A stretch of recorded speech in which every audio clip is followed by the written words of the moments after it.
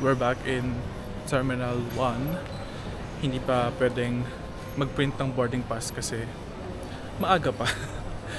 2:50 pa yung flight namin. Anong oras pa lang? 10:20 AM pa lang. Though meron naman na kami boarding pass sa online, kaya okay na rin dumiretso sa immigration, pero gusto sana namin yung printed ticket. For now, gagawin namin, pupunta kami ng Terminal 3 using yung SkyTrain.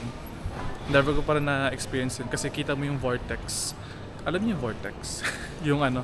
yung waterfalls dito sa Terminal 1 ng Changi Airport.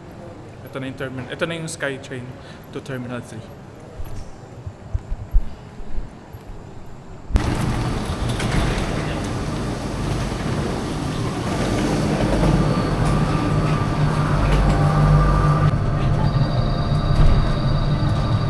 Maaga pa naman, kaya lilibot muna kami sa ibang terminal ng Changi Airport. Na-try namin yung slide, kung open yung mismong slide. Nasa Terminal 3 kasi yun. So, nandito kami sa may SkyTrain. Papunta. Libre lang matong transfers na to. So, all goods lang.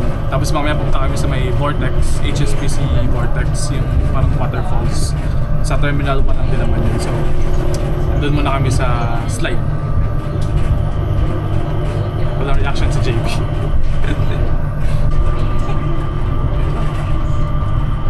Sino ko si Ann Curtis? Ay, ito na yun. Okay.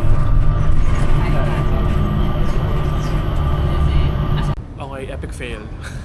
Sarado yung slide dito sa Terminal 3 under maintenance.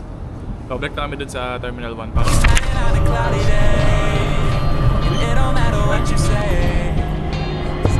Sky